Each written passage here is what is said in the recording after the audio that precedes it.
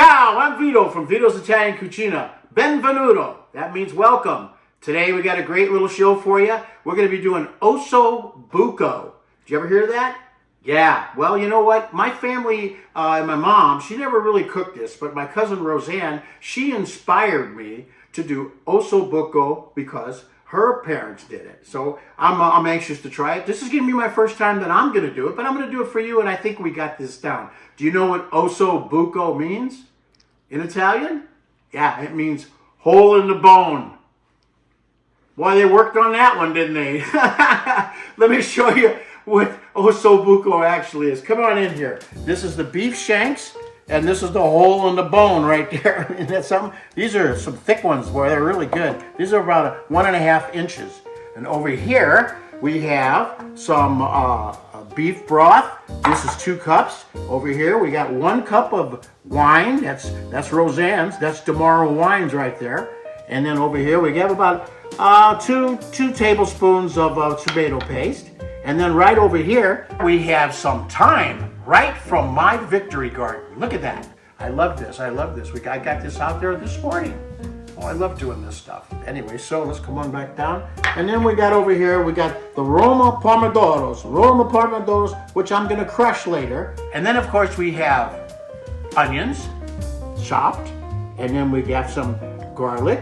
And then over here we have some celery. That's all chopped. Then we have an assortment of carrots. Look at that. Look at the carrots. Isn't that beautiful? Yellows, oranges, purples. I love it. And then over here we have some asparagus. And this is what I'm adding to our recipe. This is something that is not traditional, but I decided to put it in. And everything's chopped. And then, of course, we have the salt, pepper, a little bit of Vito spaghetti sauce right here, which I did. And then, of course, ladies and gentlemen, Roseanne Demaro Vineyards, Napa, California.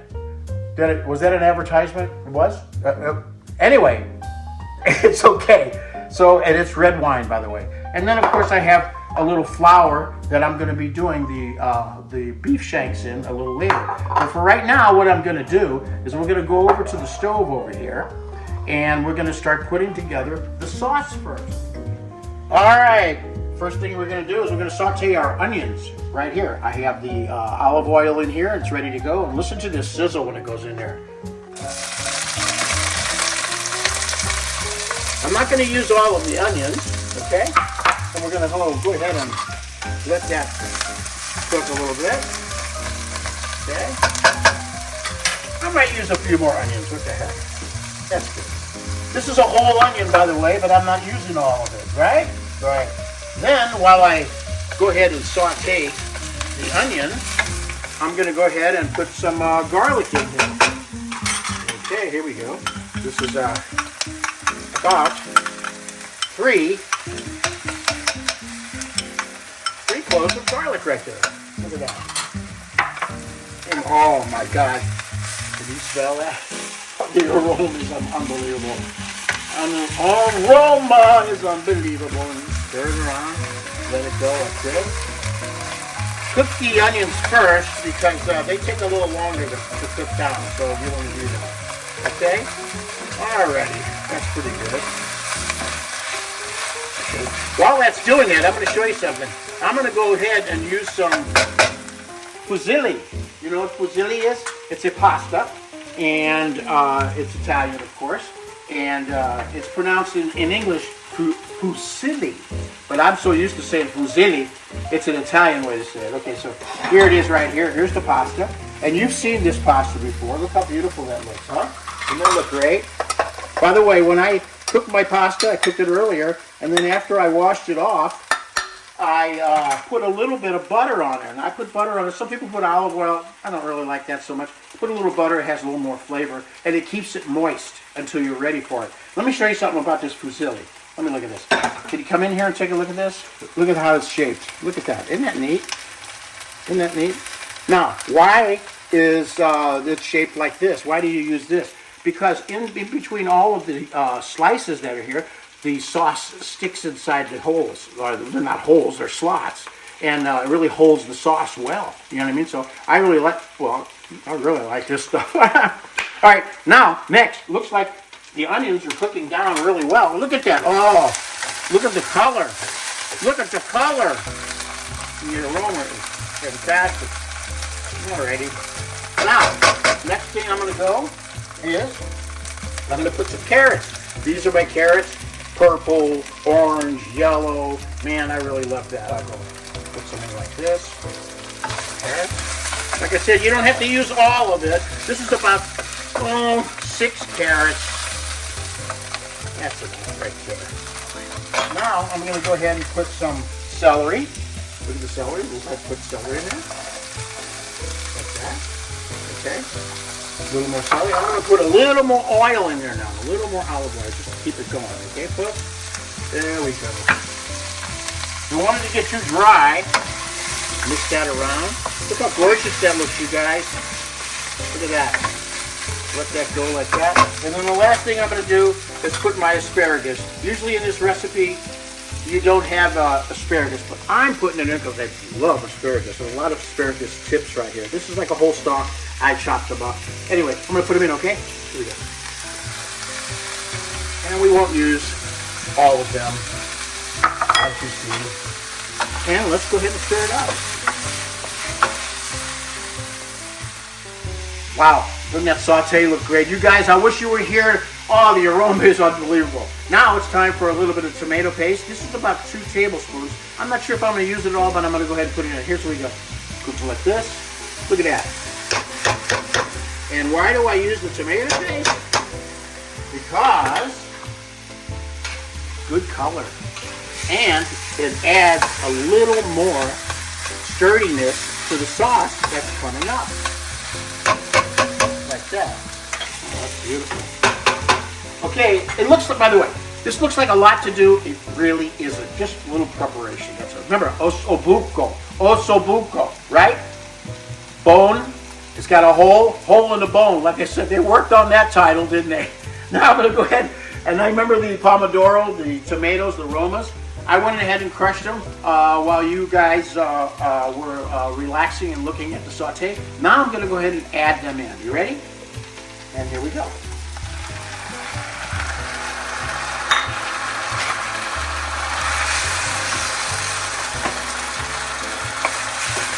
Gorgeous, isn't it? Well, I'll tell you what, your family's going to love this. Your friends are going to love this. And, you know, if you're in love with your neighbors like you should be, you know, love thy neighbor, have them come on over. They're gonna love this. Okay, so now what I'm going to do is I'm going to put a little bit of wine, Tomorrow wine right here. And it's 1 cup. I'm going to go ahead and pour that in. Now, if you don't want to use wine, you don't have to. This just adds the flavor. And just know this, folks, that the alcohol in there burns off. So if you don't want any alcohol, just know that all you're doing right now is going for the flavor of the wine. So the alcohol does burn off. So look how gorgeous that looks right now. It looks great, doesn't it, guys? Okay. And then while it's cooking, I'm going to add now. I'm just going to come over and use the 2 cups of beef broth. Here we go. Beef broth. Put it on in there, like so. And we'll go ahead and stir that around. Doesn't that look gorgeous? And we're just going to let that cook down just a little bit. And now I'm going to get my marinara sauce, Vito's marinara sauce that I prepared. I cooked a couple days on this baby. And I'm going to go ahead and add it to. I don't think I'm going to use the whole jar, but I'm going to put some in. Here we go. That's pretty good right there. Right there's good. And then we're going to go ahead and stir it around. And we're going to go ahead and let this cook down now. We're going to let it cook down. It looks gorgeous now, huh? Okay, while it's simmering back there and cooking down a little bit, I'm going to go ahead and prepare the beef shanks, the Osso Buco, the hole in the bone. Here we go. I love that hole in the bone. Okay, we'll go ahead and put a little pepper on this side. You can come on a little closer if you want to take a look. Like this. I love the automated. And a little salt. Make sure you salt it good. Good. Okay. And then what I'm going to do is spread a little bit of garlic. Okay. Now you don't have to use the garlic, folks. You just don't have to. But I like to do it because for me, there's not enough garlic in the world. You know what I mean? Then we put it. I only put the garlic on one side. If that makes a difference, you know what I mean? If you want to use it on both sides, you can. You know, and spread it around. Look at that. Isn't that beautiful? Look at that. Okay. So once that's done like that, then what I do is I go ahead and I turn it over like so. And I go ahead and, whoops, I salt and pepper this side.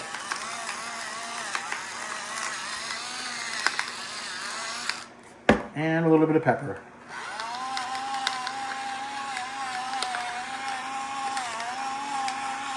Okay, now that I've done that, I'm going to go ahead and I'm going to take these. Look at how thick they are. Now, see the string around there?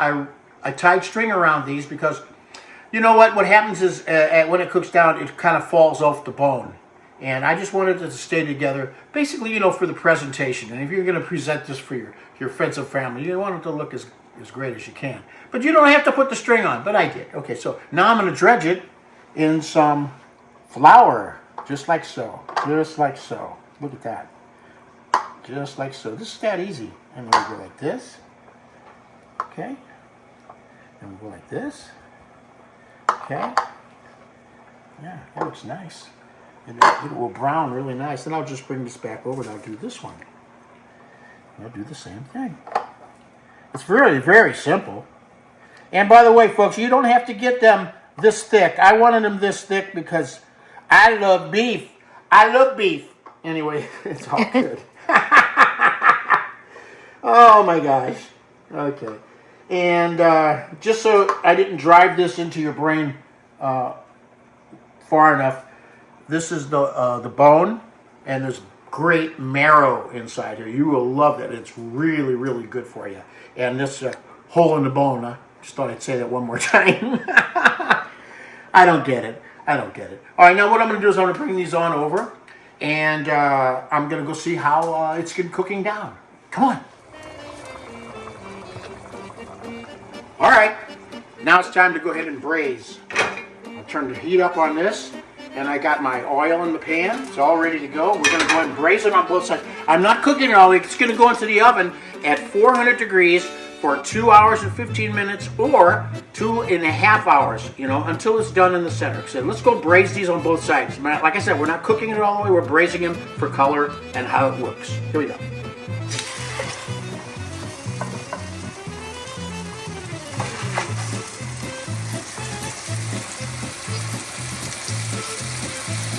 All right, I let them braise on one side. We're going to go over and turn them over and see how they look. They should look golden brown. Here we go. Oh, look at that. Oh, doesn't that look gorgeous, you guys? I love it. I love it. And then look over here, folks. Look at that. This is boiling away. It's boiling down. And it just smells wonderful. It just smells wonderful. Okay.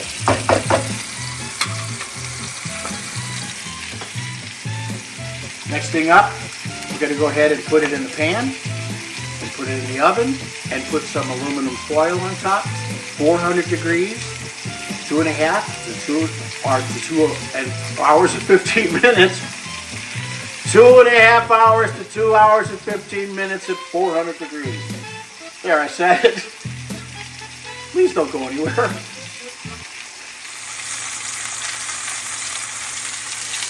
Okay, I'm going to take them out of here and put them in the pan. And by the way, the pan is a little bit of oil in the bottom. Okay, but before I do that, what I'm going to do is take a little bit of the sauce. And I'm going to turn this off, of course. And I'm going to put this on the bottom, just like that. Look at that, guys. Ooh, look at those pomodoros. Oh, my goodness. Just like this on the bottom, just like this. Look at that. That's good. Now I'm going to go ahead and get the beef shanks, the Osso Buco, look at this side. Oh, it looks beautiful, doesn't it? And I'm going to go ahead and place it in here, just like so. I'll go get this one. Oh, boy, look at that one.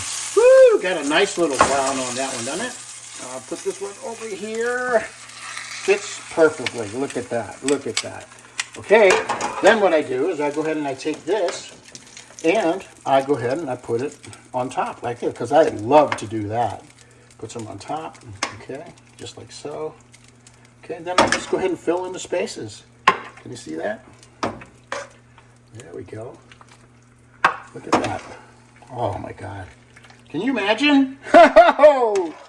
Oh my God, I'm so excited. And you know what? This is my first time doing this, you guys. This is my first time too. I think we pulled it off. I don't know. I hope so. You know, I'm gonna put a little more juice in here. Let it get going. Make sure it's all covered. And then what we're gonna do is we're gonna come over to the island, and we're gonna go ahead and cover it. Okay. Here we go. And here we go. Look at that. Just look at that. Is that gorgeous or what? Look at that. Okay.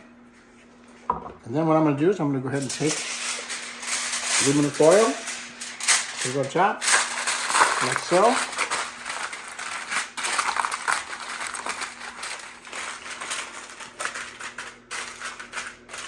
All right, here we go to the oven. Oh, wait a minute. I didn't put the thyme on top. Let's go back. Come on. These things happen. So we'll take it off. It's that simple. We go take our sprigs. Look at this. I love these. Look at that. Look at that. I love it. So then I put one here, and one here, one there, and one there. Right from the Victory Garden. I love it. Now I'll go ahead and put the aluminum foil on there, okay? Hey, you know, it's a few things to do, but what the heck. Stay right there. I'm going to go open the oven. Now the oven's open, and here we go.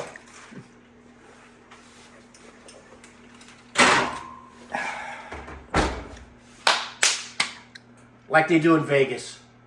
All right, here we go. It's time to take it out. I can't wait. I am so excited. Here we go. Okay, bring it on over here like this. Let me close the oven. And we'll go ahead and take this off.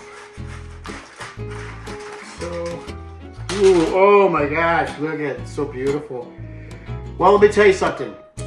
This was 2 hours and 15 minutes at 400 degrees. Now, if you do this and you stick your thermometer in there and it comes up to 165 for beef to be done, you'll say, wow, this is done a lot earlier than I thought. Well, the reason that I put it at 2 hours, 15 minutes is because we want to make it super tender, okay? And I think we have reached our goal there. So just to tell you, this is originated in Lombardy, Italy in the 19th century. It was a winter dish, yeah. So I'm gonna go ahead and take off the string. You wanna come on and take a look at it while I go and do that? Okay, here we go. Looks like the string got taken off there. Okay, all right, as you can see, this is the fusilli pasta. That's what I'm using.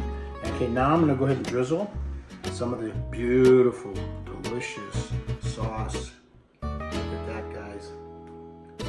Top. I'll get just a touch more like this, okay? And then what I'm gonna do is I'm gonna take some of the vegetables, okay? And all of a sudden, now I've turned the fusilli, the pasta, into a primavera. See, now I go like this, look. A little bit of primavera, look at that. Can you see that? And then of course I'm gonna go ahead and put some a little bit more on top. All right, I got these 2 forks. I'm gonna cut into it. I'd like you to come and watch. Come on in. Here we go. Can you see that? Look how beautiful that looks. Look at that. Can you see that? I'm just gonna have to take a bite though. Here I go. Oh my gosh. Oh, it's hot. Wow. Wow. Yeah. You know, at 2 hours and 15 minutes, super tender. Okay, I got one more shot for you. One more. Hold on.